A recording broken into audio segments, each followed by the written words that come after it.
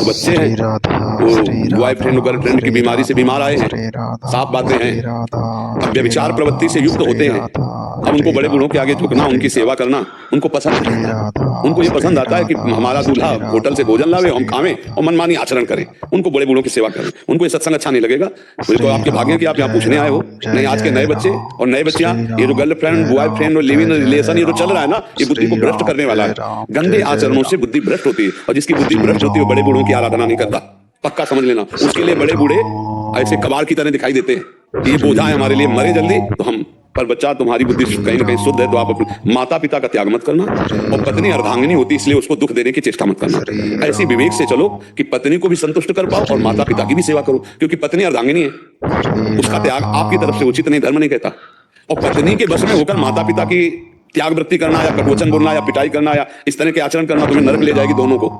इसलिए हमारी राय है कि ऐसी व्यवस्था रखो कि पत्नी भी संतुष्ट रहे और माता पिता की भी सेवा। ना पत्नी का त्याग करो ना माता पिता। अगर इस बात में वो राजी नहीं है, वो आपको त्याग कर रही, तो फिर आप माता पिता का त्याग ना करते हुए वो त्याग रहे, तुम्हें तो त्याग देने दो। हमारी बात समझना। माता पिता है, कोई आय का साधन है नहीं। और मैं जब कभी कुछ धन देना चाहता हूँ तो उसमें उनको बड़ा दुख होता है, मेरी धर्मपत्नी को। नहीं होना चाहिए।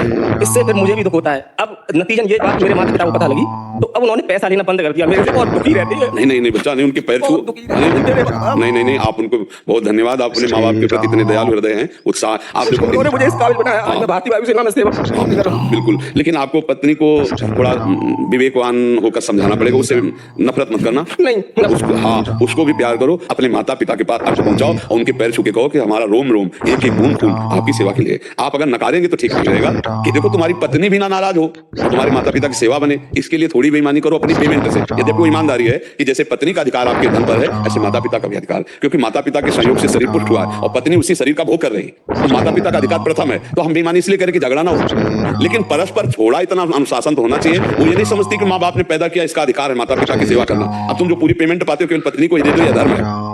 तुम्हारे माता पिता यदि और भाई सब सुविधा सेवा कर रहे हो तो भी कर्तव्य बनता है कि भाई 10-5 हजार जाके चरणों में रखे, यही तो कर्तव्य करना। तो इसको संभालो आप भाई, इसको आप ही संभाल सकते हो। पत्नी को प्यार दुलार और ज्ञान के द्वारा संभालिए। उसको समझाइए कि अच्छा ठीक है, आज तुम कर लो हमारे माँ बाप के साथ, और हमारे तुम्हारे से जो संतान पैदा होगी वो हमारा तुम्हारा ऐसा स्वागत करेगी कि उसको वो आएगी और कहेगी चवन्नी नहीं देना। तब बोलो तुम्हारी तो दशा क्या होगी जब उठने लायक नहीं रहोगे। पैसा सब कुछ थोड़ी होता है। माता पिता की एक अवस्था आती है उठने लायक नहीं होते, वृद्ध शरीर, उस समय सेवा की आवश्यकता होती। पक्का सब। एक गाँव में अपनी माता को पुराने खप्पर में मिट्टी के भोजन ऐसे डाल देते तो बूढ़ी थी, शकील के पाती थी। तो एक दिन उसकी माँ ने ऐसे रखा, बोले मम्मी, लड़के ने कहा जोर से मत रखो। बोले क्यों? बोले टूट जाएगा। अरे बोले टूट जाएगा तो क्या? बोले नहीं मम्मी, आपके लिए हमें रखना है।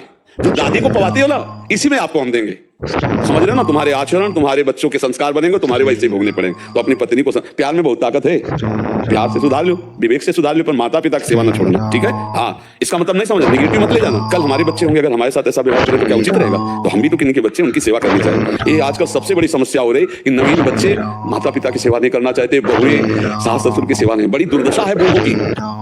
ये आधुनिक पढ़ाई लिखाई बहुत है, बुद्धि भ्रष्ट की है। नशा करने लगे नए बच्चे, बूढ़े वालों को मारते हैं, उनकी सेवा नहीं करते। आपको धन्यवाद है कि आप अपने माता पिता की सेवा के लिए सोच रहे हैं। बार-बार ये बातें इसलिए रख रहे हैं कि हमारे समाज को आवश्यकता है आज बूढ़ों की सेवा की। कई ऐसे हमने बूढ़े देखे जिनको घर से निकाल दिया गया है और एक पैसा नहीं और चलने लायक नहीं है। बहुत उनको भगवान की तरह सेवा करनी चाहिए। बूढ़ों को आशीर्वाद जानते हो, भगवान का आशीर्वाद होता है, क्योंकि असमर्थ होते बूढ़े। माता पिता की सेवा करो। जयेश जी कानपुर से। राधा महाराज जी। महाराज जी, मैं एक विद्यार्थी हूँ। विज्ञान एवं अध्यात्म का समन्वय कैसे बनाऊं महाराज जी? अक्सर मन में विरोध आ जाता है। किस विषय पे आता है? बोलिए ना, विषय बोलिए ना। मन में विरोध आ जाता है। किस विषय पे आता है? बोलिए ना, विषय बोलिए ना। विज्ञान जो है प्रमाण मांगता है और अध्यात्म में विज्ञान की इतनी ताकत नहीं जो आपको प्रमाणित कर सके। आप प्रमाणित कर सकते हैं अपने आप को?